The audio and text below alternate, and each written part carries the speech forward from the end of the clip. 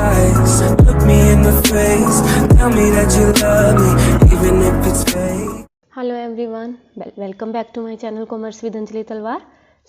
अब हम पढ़ेंगे टोटल रिवेन्यू, मार्जिनल रिवेन्यू और एवरेज रिवेन्यू के रिलेशनशिप के बारे में, क्योंकि हम जो है इनका मीनिंग और फॉर्मूलाज ऑलरेडी लास्ट क्लास में कवर कर चुके हैं। तो इनका आपस में रिलेशनशिप क्या है वो हम इस क्लास में कवर करेंगे। ठीक है, तो क्या हमें रिलेशनशिप पता लगा? जैसे फॉर एग्जाम्पल इसने ये टेबल बनाया, इस टेबल में क्या है, पहले आउटपुट गिवन है कि अगर मैं 1 यूनिट सेल कर रही हूँ, 2, 3, 4, 5, प्राइस किसके इक्वल होता है? Average revenue. तो ये कांस्टेंट लेंगे, इसमें ना दो कंडीशंस पढ़ोगे, एक तो एवरेज रिवेन्यू कांस्टेंट हो, अगर एक अगर एवरेज रिवेन्यू मतलब प्राइस कांस्टेंट नहीं है, प्राइस चेंज हो रहा है। तो पहले हम पढ़ते हैं जहाँ पे प्राइस कांस्टेंट है। तो 10 रुपये प्राइस रखा हमने किसी चीज़ का, तो मुझे एक बात बताओ, टोटल रिवेन्यू कितना आएगा? 1 यूनिट बेची 10 रुपये के हिसाब से, 1 यूनिट बेची 10 रुपये के हिसाब से, तो 10 टोटल रिवेन्यू आया कि नहीं?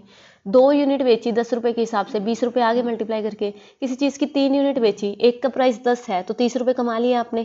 4 यूनिट 10 के हिसाब से 40 और ये आ गया 50। तो इससे हमें मार्जिनल रिवेन्यू भी क्या पता लग रहा है कि वो कांस्टेंट रहेगा, क्योंकि चेंज तो हम एक ही आउटपुट बढ़ा रहे हैं और उसका प्राइस भी सेम है। तो ऑब्वियस सी बात है मार्जिनल रिवेन्यू चेंज आएगा। चेंज क्या है? 10 ही तो है। चेंज क्या है? 10 है। तो हमें यहाँ पे क्या पता लग रहा है? कहता हम इसे रिलेशनशिप हमें ये पता लग रहा है कि एम आर इज सिंपली एक एडिशन होता है टी आर का जब 1 मोर unit of output is sold. अगर प्राइस कांस्टेंट है, एम आर भी क्या रहेगा? कांस्टेंट रहेगा। कांस्टेंट एम आर से ये पता लगता है कि टी आर में जो एडिशन हो रहा है, जो टी आर बढ़ रही है वो सेम क्वांटिटी से बढ़ रही है। T R will increase at a constant rate. ये बात समझ आई? डायग्रामेटिक इलस्ट्रेशन देखते हैं। कब केस है? When A R M R T R का डायग्रामेटिक इलस्ट्रेशन जब प्राइस कांस्टेंट है। तो मुझे एक बात बताओ, जब प्राइस कांस्टेंट है, ए आर भी सेम है और एम आर भी सेम है, यही थी। ए आर भी यही है और एम आर भी कांस्टेंट है कि नहीं? 10 रुपये के हिसाब से यही पड़ा। लेकिन टी आर बढ़ रही है, टी आर 0 से ही शुरू होगी और फिर उसके बाद ये सीधी बढ़ेगी कि 10, 20, 30, 40, 50 स्ट्रेट लाइन फॉरवर्ड बनेगी। सो कहता है इन case A R is constant, जैसे अंडर परफेक्ट कंपटीशन होता है, एम आर भी क्या होगा? कांस्टेंट होगा। टी आर इंक्रीज तो होगी लेकिन कांस्टेंट रेट पे, क्योंकि एम आर ही तो टी आर की इंक्रीज का रेट पता लगता है, तो इसीलिए स्ट्रेट लाइन बनी है। ठीक है, तो यहाँ पे क्या पता लग रहा है कि आउटपुट लेवल क्या है? OL। उस टाइम पे TR OS के इक्वल है। जब OL आउटपुट लेवल है, ठीक है, तो जो TR है वो क्या है? OS है। ठीक है, तो इसको हम मल्टीप्लाई कर सकते हैं, इससे हमारा निकल आएगा TR is equal to total revenue क्या होता है? Average revenue multiply output. तो यहाँ पे इट कैन ऑल्सो भी estimated at the total revenue under MR curve given level of output. हमें पता लग जाएगा TR क्या होता है? Sum total. मतलब बेसिकली मीनिंग बता के आपको जस्ट क्या बताया, यहाँ पे आपको करना क्या है, एक तो ये ध्यान में रखना है कि जब प्राइस कॉन्स्टेंट है, प्राइस कॉन्स्टेंट का मतलब क्या है? ए आर कॉन्स्टेंट है, ये ध्यान रखना। ए आर कॉन्स्टेंट है तो एम आर कॉन्स्टेंट है, और टी आर बढ़ेगा लेकिन कॉन्स्टेंट रेट पे बढ़ेगा, बस ये ध्यान में रखना है। तो अगर टी आर कॉन्स्टेंट रेट पे बढ़ेगा तो स्ट्रेट लाइन बनेगी, और ए आर और एम आर की तो बिल्कुल हॉरिजॉन्टल लाइन बन जाएगी parallel to X axis. Right, easy, ये तो बहुत इजी था। लेकिन अगर क्वेश्चन आ जाए, अगर एवरेज रिवेन्यू कांस्टेंट नहीं है, मतलब एवरेज रिवेन्यू मतलब प्राइस कांस्टेंट नहीं है, प्राइस चेंज हो रहा है, ये कौन सी मार्केट में होगा? मोनोपोली या मोनोपोलिस्टिक। ये कौन सी होती है? कॉम्पिटिटिव मार्केट्स होती हैं, बस इतना ध्यान रखो। ठीक है, तो मीनिंग तो आपको अच्छे से करवाएंगे। अंडर मोनोपोली या मोनोपोलिस्टिक कंपटीशन जो प्राइस है वो चेंज होता है, जैसे जैसे आउटपुट बढ़ेगा हम प्राइस को डिक्रीज करेंगे। तो ऑब्वियस ही बात है, जब आउटपुट बढ़ रहा है 1, 2, 3, 4, प्राइस कम होगा। पहले हमने 10 रखा, 9.5, 9 रखा, 8.5 रखा, उसके बाद टोटल रिवेन्यू इन दोनों को मल्टीप्लाई करके 10, 2 यूनिट 9.5 के हिसाब से 19 रुपये कमाए, 27 कमाए और 34 कमाए। तो इससे मुझे क्या पता लग रहा है? मार्जिनल रिवेन्यू डिक्रीज हो रहा है। मार्जिनल रिवेन्यू क्या होगा? डिक्रीज होगा। इजी। ठीक है, तो हमें यहाँ पे क्या पता लगा?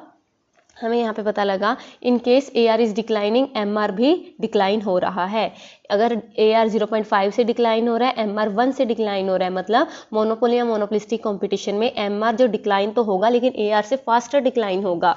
और जब एम आर डिक्लाइन हो रहा है तो मतलब टी आर में जो है, टी आर इंक्रीज तो हो रहा है लेकिन डिक्रीजिंग रेट पे क्या हो रहा है? इंक्रीज हो रहा है। तो मुझे एक बात बताओ, एम आर 0 और नेगेटिव हो सकता है? बिल्कुल हो सकता है। एक बात ध्यान रखना, टोटल और एवरेज कभी भी 0 और नेगेटिव नहीं होते। अब मुझे एक बात बताओ, एवरेज रिवेन्यू तो प्राइस ही है, प्राइस को 0 कर दोगे और सामान बेच दोगे, या फिर नेगेटिव तुम कहोगे सामान भी ले जाओ पैसा भी ले जाओ?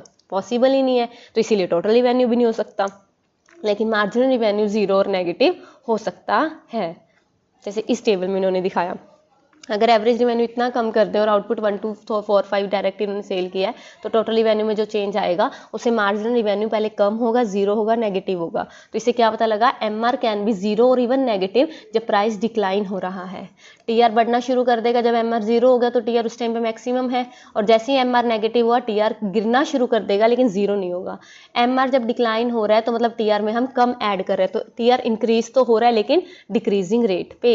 इजी। तो इसका डायग्राम कैसे बनेगा, देखो पहले TR बढ़ता है, यही हमने पढ़ा, TR बढ़ेगा, कांस्टेंट होगा, गिरना शुरू कर देगा। जब TR मैक्सिमम है MR जीरो होगा, जब TR ने गिरना शुरू किया MR नेगेटिव हो जाएगी। इससे पहले जब TR इंक्रीजिंग रेट पे बढ़ रहा है MR डिक्रीज हो रहा है। ये बात समझ आई। और एवरेज रिवेन्यू इसकी इक्वल ला के आप इसको ऐसे शो कर दोगे कि एवरेज रिवेन्यू नेगेटिव नहीं होता, इस लेवल पे आके खत्म हो जाएगा, हम प्राइस खत्म कर देंगे।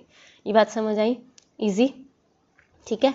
तो ये था आपका सेकंड टॉपिक जिसमें हमने रिलेशनशिप पढ़ना है। रिलेशनशिप हमने दो केस में पढ़ा, कौन कौन से, जब हमने प्राइस कांस्टेंट रखे जो परफेक्ट कंपटीशन में होते हैं, और एक जो प्राइस हमने कांस्टेंट नहीं रखे, चेंज किया तो प्राइस डिक्लाइन करके दिखाए, तो उस टाइम पे पहले टोटल रिवेन्यू बढ़ेगी, कांस्टेंट होगी और फिर कम होगी, ठीक है।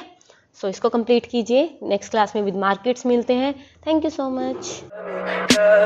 Tell me pretty lies, look me in the face, tell me that you love me,